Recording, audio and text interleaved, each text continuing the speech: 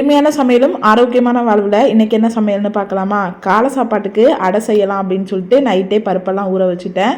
இதுக்கு வந்து ஒரு கைப்பிடி எல்லாமே அளவாக எடுத்துக்கிட்டேன். ஒரு கைப்பிடி பருப்பு, ஒரு கைப்பிடி பாசிப்பருப்பு, ஒரு கைப்பிடி வந்து கடலப்பருப்பு, அப்புறம் 2 கைப்பிடி வந்து ரேசன் அரிசி, புழுங்கல் அரிசி, அப்புறம் ஒரு கைப்பிடி வந்து உளுந்து, இதெல்லாம் போட்டு நைட்டே ஊற வச்சுட்டு காலையில் எழுந்திரிச்சு அரைச்சி ஸ்ட்ரைட்டாகவே அடை சுட்டுக்கலாம். இதுக்கு வந்து எதுவும் புளிக்க வைக்கணும்னு அவசியம் இல்லை.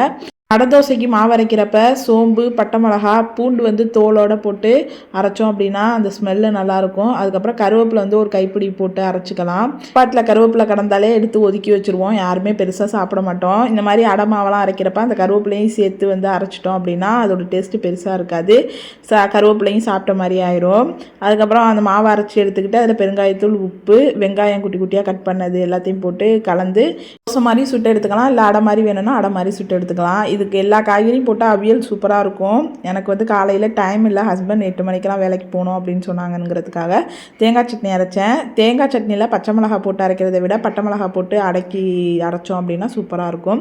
இன்றைக்கி ஸ்நாக்ஸுக்கு சுண்டல் எதுவும் ஊற வைக்கலை, ஏன்னா பருப்பு தோசை அடை தோசை தான் செய்கிறோம், அதில் எல்லாம் பருப்பாக இருக்குது அப்படிங்கிறதுனால ஃப்ரூட்ஸ் கொடுத்து விட்டுறலான்னு ஆப்பிள் தான் கட் பண்ணி போட்டேன். ஆப்பிள் எப்பயுமே கட் பண்ணி நம்ம பேக் பண்ணுறோம் அப்படின்னா ஸ்நாக்ஸுக்கு ஒரு 10 நிமிஷம் வந்து கட் பண்ணி உப்பு கலந்த தண்ணியில் ஊற வச்சோம் அப்படின்னா அதோட கலர் மாறவே மாறாது, பசங்களும் சாப்பிட்டு வந்துடுவாங்க. அப்புறம் காலையிலே தம்பிக்கு கோல்டுன்னு சொல்லிட்டு கஷாயம் வச்சுருந்தேன், அதையும் அவனுக்கு கொடுத்துட்டு சாப்பாடும் ஊட்டி விட்டு ஸ்கூலுக்கு அனுப்பியாச்சு. உங்கள் வீட்டில் என்ன இன்றைக்கி சமையல் அப்படின்னு சொல்லிட்டு கண்டிப்பாக கமெண்ட்டில் சொல்லுங்கள். தேங்க்யூ.